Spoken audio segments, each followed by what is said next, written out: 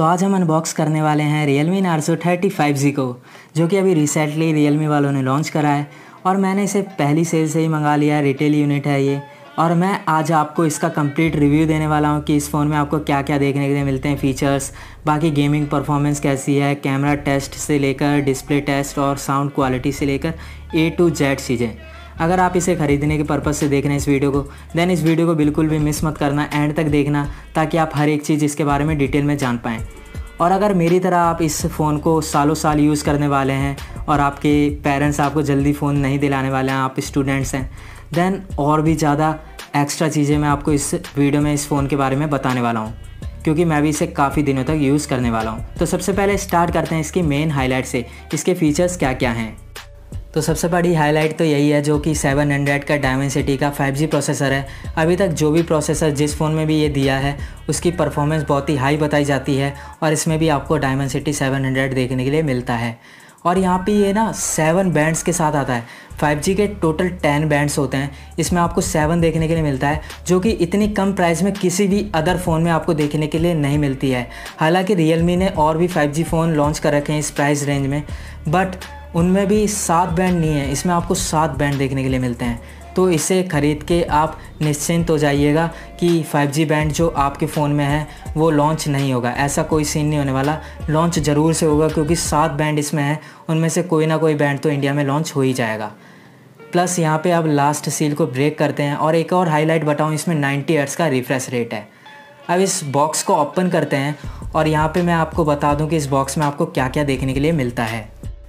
तो सबसे पहले बॉक्स ओपन करते हैं, यहाँ फील द पावर करके ब्रांडिंग दे रखी है।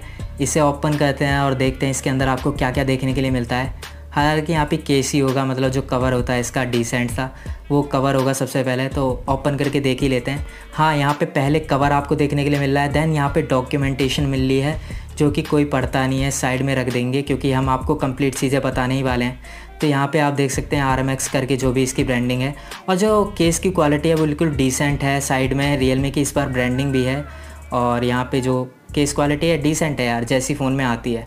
अब यहाँ पे आपको ये सिम निकालने वाला टूल मिल जाता है इसमें, और कुछ भी नहीं, आप साइड में रखते हैं। अब बॉक्स के अंदर देखते हैं और क्या क्या चीज़ें आपको देखने के लिए मिलती हैं। तो यहाँ से हम इस फ़ोन को रिमूव करते हैं, सबसे पहले हटाते हैं, और फ़ोन के बारे में बाद में जानेंगे। और यहाँ पे सबसे पहले अंदर आपको ये चार्जर देखने के लिए मिलता है, और 18 वॉट का फास्ट चार्जर है, और 5 वोट से अलग दिया है, तो यार बहुत अच्छी बात है। 18 वॉट से आपका फ़ोन ज़्यादा जल्दी चार्ज हो जाएगा।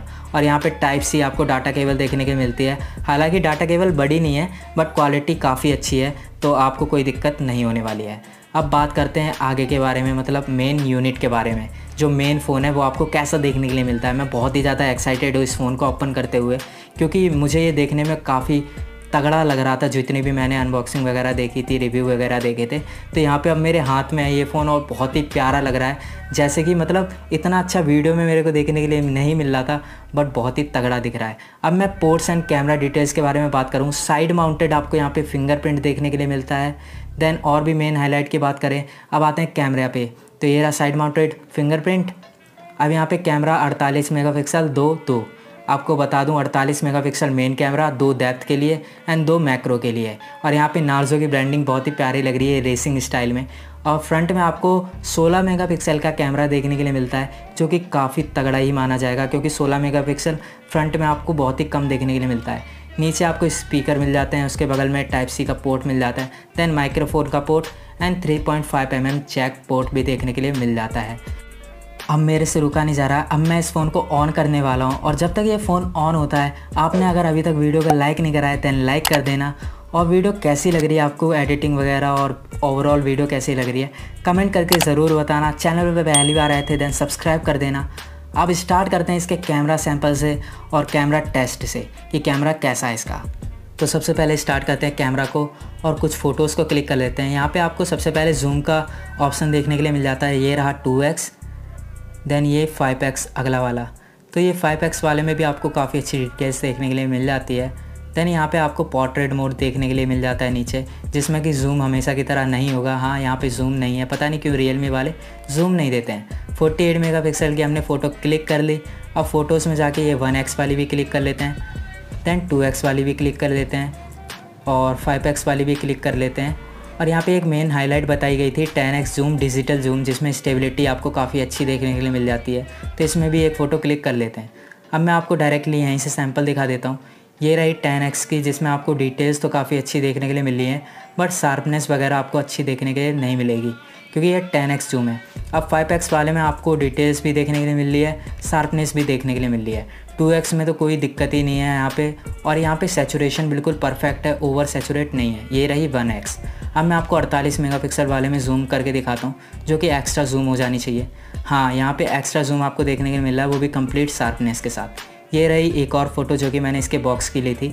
इसमें आपको जो ब्रांडिंग देखने को मिल रही है वो प्यारी देखने के लिए मिल रही है। अब स्टार्ट करते हैं। कुछ मैं आपको ना कैमरा सैंपल्स दिखा देता हूँ जो कि मैंने इसी फ़ोन से क्लिक करे हैं, और मैक्रो शॉट से लेकर वीडियो शॉट्स भी दिखाऊंगा। तो स्टार्ट करते हैं पोर्ट्रेट मोड से। आपको अच्छा खासा ब्लर देखने के लिए मिल जाएगा। ये रही 5x, 2x, 1x। 5x में भी काफ़ी अच्छी डिटेल्स हैं। देन 48 मेगापिक्सल की फ़ोटो तो कमाल कर देती है। अब मैं आपको बताता हूँ कुछ मैक्रो शॉट्स मैंने लिए हैं, वो आपको दिखाता हूँ। हालांकि 2 मेगापिक्सल है, बट डिटेल्स आप देख सकते हैं बहुत ही अच्छी देखने के लिए मिल रही हैं। और मैक्रो शॉट्स की बात करें तो और किसी कैमरे में मैंने इतनी अच्छी डिटेल्स नहीं देखी हैं। अब बात करते हैं वीडियो सैंपल की। तो यहाँ पे जो वीडियो वगैरह क्वालिटी आपको देखने के लिए मिलती है, आप 1x भी देख सकते हैं, 2x भी देख सकते हैं और 5x भी देख सकते हैं। सभी में क्वालिटी आपको अच्छी देखने के लिए मिल रही है। तो कैमरे क्वालिटी की बात करें तो इसका कैमरा क्वालिटी आपको बहुत ही अच्छा देखने के लिए मिल जाता है इस प्राइस रेंज में। और अगर आप इंस्टाग्राम पे फ़ोटोग्राफी अपलोड करते हैं, पिक्चर्स वगैरह, देन आप इस फ़ोन को कंसीडर कर सकते हैं। अगर क्रिएटर वगैरह है, देन आपको वीडियो बनाने के काम भी आ जाएगा। अब मैं इसके डिस्प्ले क्वालिटी की बात करूँ तो वो भी बहुत ही ख़तरनाक आपको देखने के लिए मिल जाती है। वो कैसे, मैं आपको बता देता हूँ।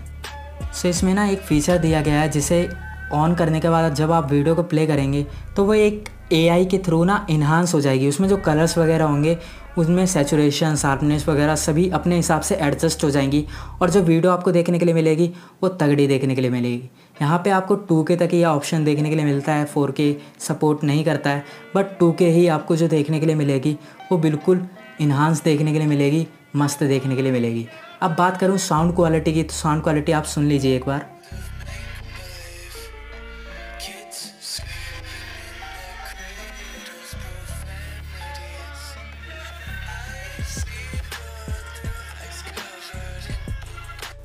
सब मेन हाईलाइट के बारे में बात कर लेते हैं, जो कि हर एक फ़ोन के लिए होती है, गेम परफॉर्मेंस। तो BGMI मैंने इसे डाउनलोड करने के बाद करीबन 22% बैटरी पे ये डाउनलोड भी हो गया था। कंप्लीट सेटअप करके मैंने स्टार्ट कर लिया था गेम को।